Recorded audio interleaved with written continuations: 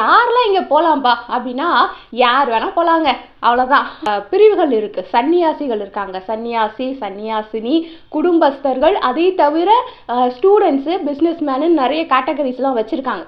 அங்கேயே வந்து யூனிவர்சிட்டிலாம் இருக்குது. பிஸ்னஸ் பண்ணணும்னா பிஸ்னஸுக்குன்னு தனியாக ஒரு விஷயம்லாம் இருக்குது. ஸோ இது எல்லாமே அங்கே இருக்குது. நீங்கள் என்ன பண்ணணும்னு நினச்சாலும் அங்கே போய் பண்ணலாம்.